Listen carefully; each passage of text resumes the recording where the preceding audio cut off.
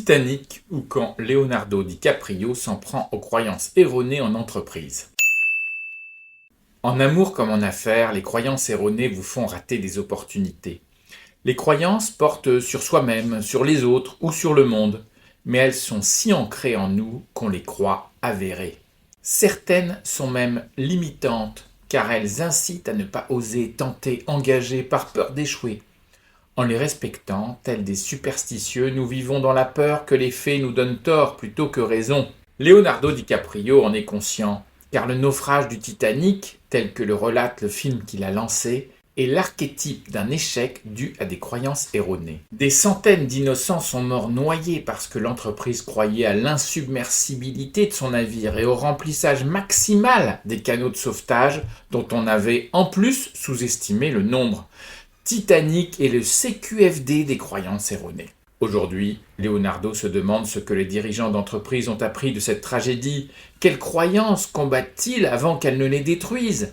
Hasard ou coïncidence, depuis que James Cameron a décidé de ressortir Titanic en salle et en haute définition, Leonardo est assailli la nuit de doutes existentiels au point de se demander ce que le jour doit à la nuit.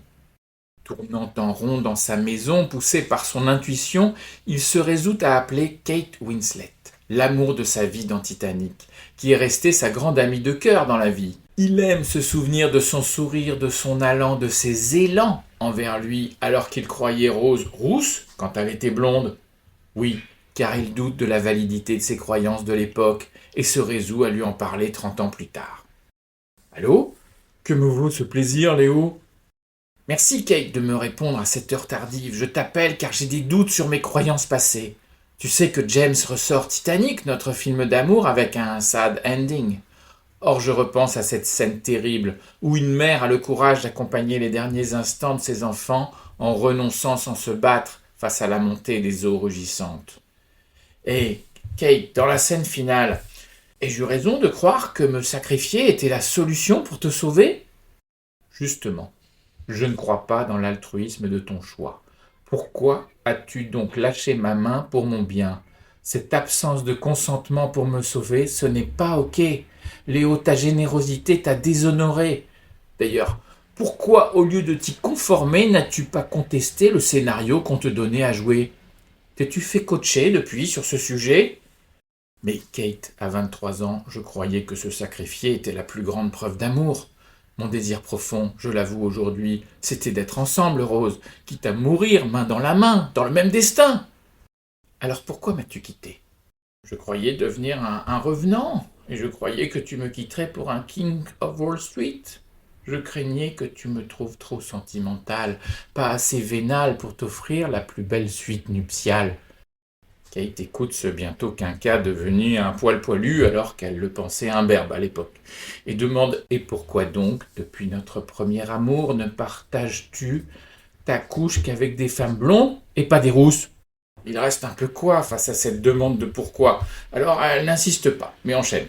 Toi qui as réussi, dis-moi ce que la vie t'a appris pour que les entreprises ne se prennent plus des icebergs dans leur angle mort.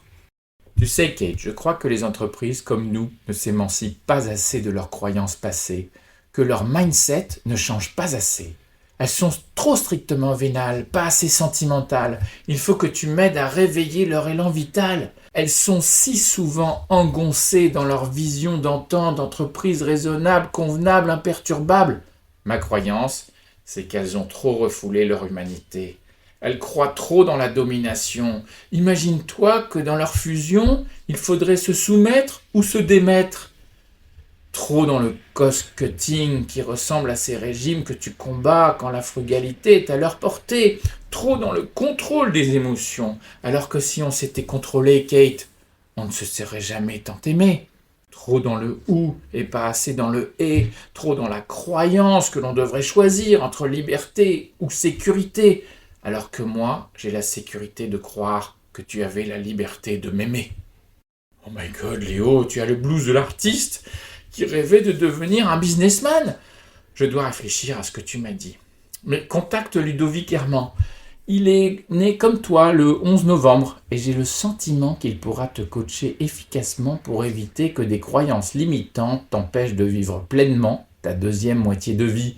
Je t'embrasse, sentimentalement vôtre, et à bientôt. Si vous avez aimé ce podcast, rendez-vous sur www.entreprisesentimentale.fr.